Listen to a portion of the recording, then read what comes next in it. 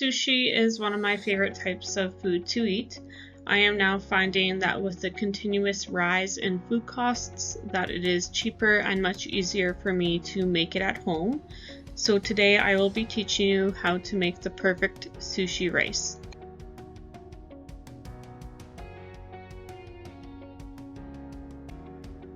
This how-to is intended for an audience that wants to learn how to make sushi rice or just enjoys eating sushi regularly. In this presentation, there will be two main ingredients of true Japanese background, so that's going to be your short-grained sushi rice and your rice vinegar. The supplies you will need to make the sushi rice are the following. So first, you're going to need a medium to large sized pot that will be able to hold the rice as it cooks. Measuring cups will be needed in order to measure out the amount of sushi rice that is required, as well as the water. A mesh strainer is required in order to rinse the rice off. There are two types of rice that you can use in order to make sushi rice. One is short-grained rice if your local grocery store does not carry actual sushi rice, or you can go to any Japanese specialty food store and get sushi rice from there. You will need water to boil the rice.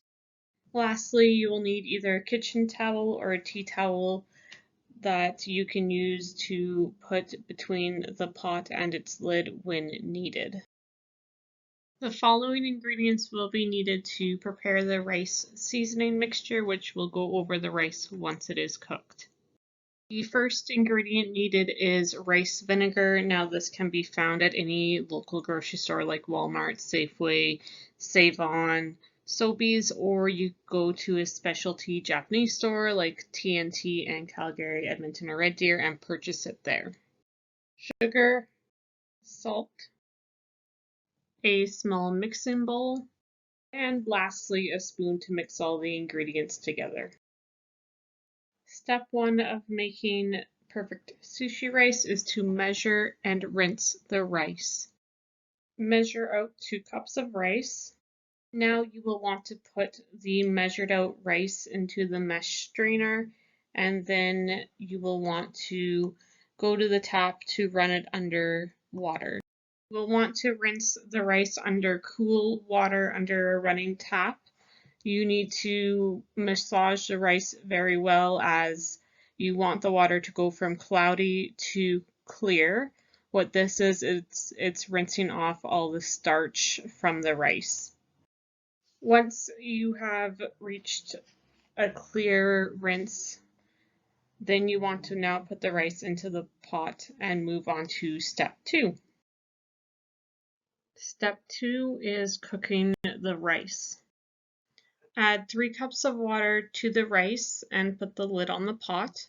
The rule of thumb is for every 1 cup of rice, you need 1.5 cups of water. So if you want to double the recipe or increase the amount of rice that you are cooking, that is the ratio you will want to follow. Place the pot on the stove and cook on medium heat until it comes to a boil. Once the pot has come to a boil, then you want to reduce the heat to low. Now take the lid off the pot, place the tea towel on top of the pot, and then place the lid on top of the tea towel. It is very important at this stage that you do not touch the lid or the tea towel. Lift it up to check the rice or anything like that, as it will end up with your rice not being cooked properly. Leave the rice in the pot with the tea towel on it and the lid on top of the tea towel for 20 minutes.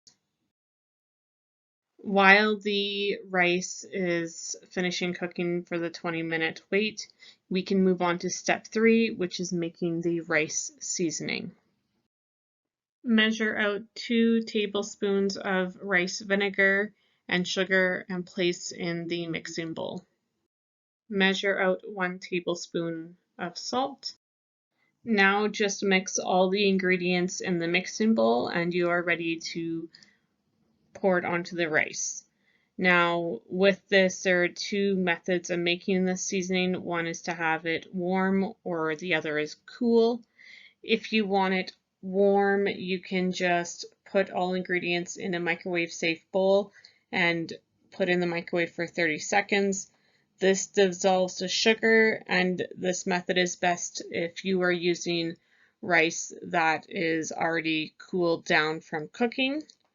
If you are using rice right away after cooking it, then the best method is to use the cool method, which is just mixing all the ingredients together and pouring it over the hot rice.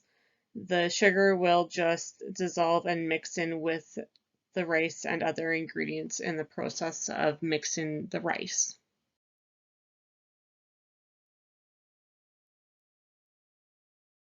The final step in making perfect sushi rice is to season the rice. The rice will still be hot from cooking, but it will be cool enough that when you go to mix it, it will not turn gummy or mushy. So now place the cooked rice into a large bowl. Now you want to take the rice seasoning you previously made and pour it all over the rice and just fold the rice into itself to mix. Continue to fold the rice until it is cool to touch. You don't necessarily have to keep folding it till it's cool. A trick I use is I will fold it for about 10 minutes, and then after that I put a saran wrap over the bowl and just puncture the saran wrap with a toothpick, put a couple holes in it, and just go and stir the bowl every 15 minutes until it is cool to touch. Now the rice should be cool enough to touch. You can try it and make sure the seasoning is the way you like it. If you need to add more rice vinegar, sugar, or salt, you can go ahead and do that. You can now use it to make your sushi.